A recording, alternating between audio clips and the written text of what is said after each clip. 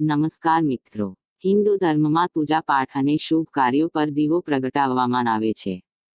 દીવો કર્યા પછી પૂજા પૂર્ણ માનવામાં આવે છે. જ્યોતિષ અને વાસ્તુશાસ્ત્રમાં દીવો કરવાના અનેક ફાયદા છે. દીવો કરવાથી અંધકાર દૂર થાય છે અને નકારાત્મકતા દૂર થાય છે, જેથી સકારાત્મક ઉર્જાનો સંચાર થાય છે. અલગ અલગ પ્રસંગે અલગ અલગ દીવા કરવામાં આવે છે, જેમ કે તેલનો દીવો, ચમેલીના તેલનો દીવો, ઘીનો દીવો વગેરે. આ પ્રકારે દીવા પણ અલગ અલગ હોય છે, જેમ કે માટીનો દીવો, લોટ, પિત્તળ, તાંબાના તથા અન્ય ધાતુના દીવા પણ હોય છે. તો આવો જાણીએ કે કોને, ક્યારે દીવો પ્રગટાવવાથી શું ફળ મળે છે. તુલસીના છોડ પાસે દીવો કરવો. સવારના સમયે તુલસીના છોડ પર જળ અર્પણ કરવું જોઈએ. તેની પૂજા અને પરિક્રમા કરવી શુભ માનવામાં આવે છે. આ પ્રકારે સાંજે પણ તુલસીના છોડ પાસે દીવો કરવો જોઈએ. તુલસીને લક્ષ્મી માતાનું રૂપ માનવામાં આવે છે.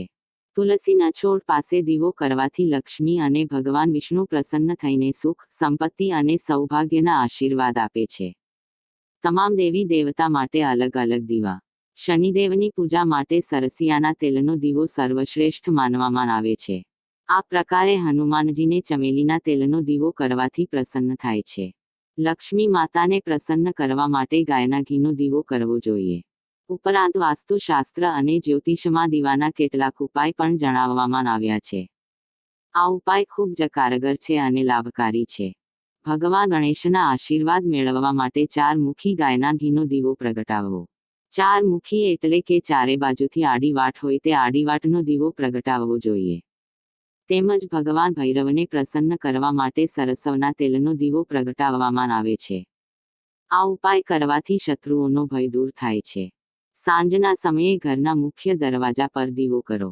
સાંજના સમયે દીવો કરવો તે સર્વશ્રેષ્ઠ માનવામાં આવે છે. આ સમયે લક્ષ્મી માતાનું આગમન થાય છે. આ કારણોસર સાંજે 6 થી 8 વાગ્યા સુધીમાં ઘરના મુખ્ય દરવાજા પર દીવો કરવો જોઈએ.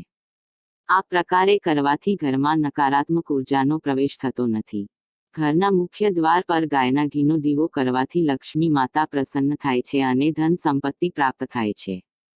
આ ઉપાય કરવાથી વ્યક્તિ માલામાલ થાય છે અને આ ઘરમાં લક્ષ્મી માતાનો હંમેશા વાસ રહે છે.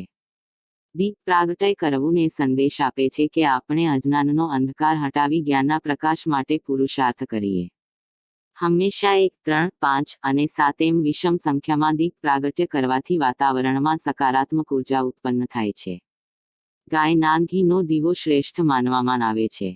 તેનાથી પ્રદૂષણ મુક્ત વાતાવરણ ઊભું થાય છે. તો મિત્રો, જો આ વિડીયો સારો લાગ્યો હોય તો લાઈક, શેર અને સબસ્ક્રાઇબ અવશ્ય કરજો. ધન્યવાદ.